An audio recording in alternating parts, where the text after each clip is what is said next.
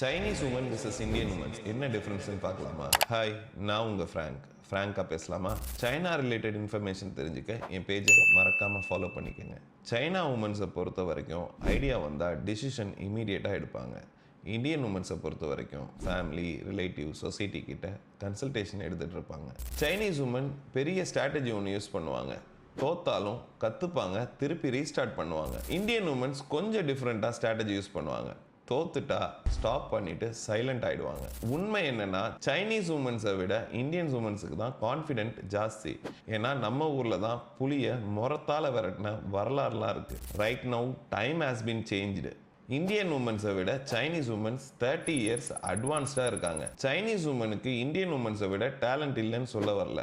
Talent இருந்தும் ஃப்ரீயர் and approval mind set இருக்கிறதுனால அவங்களால எதையும் பண்ண முடியல. சைனீஸ் உமன் பிஸ்னஸை ஸ்டார்ட் பண்ணி பில் பண்ண ஆரம்பிச்சிருவாங்க. இந்தியன் உமன்ஸ் பிஸ்னஸை ஸ்டார்ட் பண்ணுறதுக்கு பர்மிஷனுக்காகவே வெயிட் பண்ணுவாங்க.